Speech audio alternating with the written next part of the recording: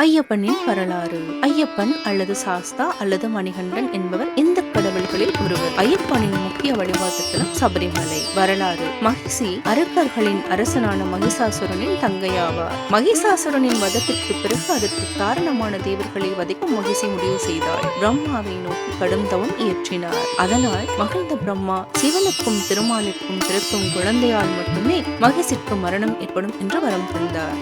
கடல் அமுதம் கடைந்ததை தேவர்களுக்கும் அசுரர்களுக்கும் மோகினி உருவத்தில் இருந்த விஷ்ணு பகர்ந்தளித்த லீலையின் போது சிவபெருமான் ஆழ்ந்த யோகத்தில் இருந்ததால் சிவபெருமானால் அந்த மோகினி அவதாரத்தை தரிசிக்க இயலாமல் போனது. பின்னர் யோகம் கலைந்து எழுந்த பொழுது நடந்த திருவிளையாடல்களை அறிந்த சிவபெருமான் விஷ்ணுவின் அந்த மோகினி அவதாரத்தை தரிசிக்க வேண்டினார். அவ்வாறு சிவபெருமானுக்காக மோகினி மீண்டும் அவதரித்த பொழுது சிவனும் மோகினியும் ஒன்று சேர்ந்து பிறந்தவரே ஐயப்பன். ஐயன் என்பது ஆரிய என்பதின் திரிபு. ஆரிய என்றால் மதிற்குரிய என்று பொருள்.